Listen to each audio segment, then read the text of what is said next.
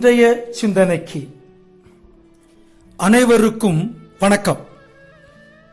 இல்லாததை இருப்பதாக நினைக்கும் மனது. ஒரு மன்னன் இருக்கின்றான்.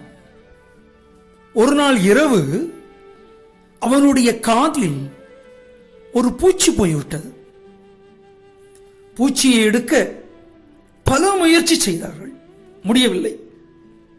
ராஜ வைத்தியர் வந்தார். முக்கிய மூலிகைகள் எல்லாம் கொண்டு வந்து பிழிந்து விட்டார். பலனில்லை. பூச்சியை எடுப்பவர்களுக்கு பரிசு அறிவிக்கப்பட்டது. பல வைத்தியர்கள் வந்தாங்க, பல விதமான முயற்சி நடந்தது. ஆனால் வெற்றி பெற முடியவில்லை. மன்னனுடைய காதுக்குள் அந்த பூச்சி பறந்து கொண்டே இருப்பதால் அவனால் தூங்க முடியவில்லை. உணவு இல்லை, நிம்மதி இல்லை.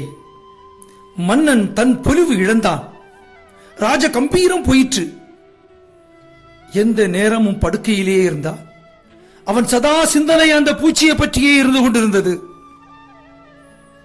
அந்த வேளையிலே அதுக்குள்ள பூச்சி இல்லை. பூச்சி வந்துட்டு உடனே வெளியே போயிருக்கும், இல்ல செத்து போயிருக்கும், வெளியே வந்திருக்கும் அது. ஆனா மன்னருடைய மனதுல அந்த பூச்சி இருக்கதா எண்ணம் வந்துட்டு.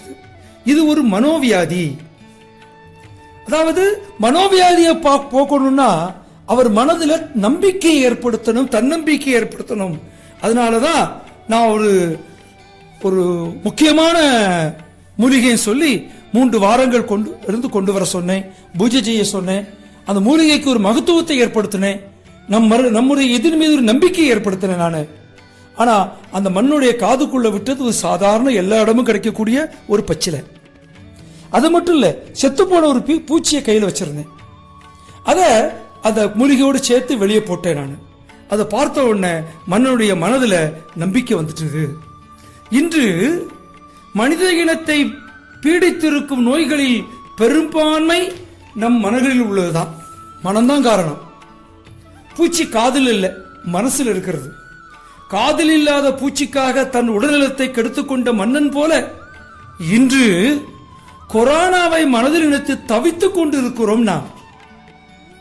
கொரோனா கொடுக்கும் தொல்லையை விட அதை பற்றி ஏற்படுத்தப்பட்டிருக்கிற பயமே அதிகமாக உள்ளது.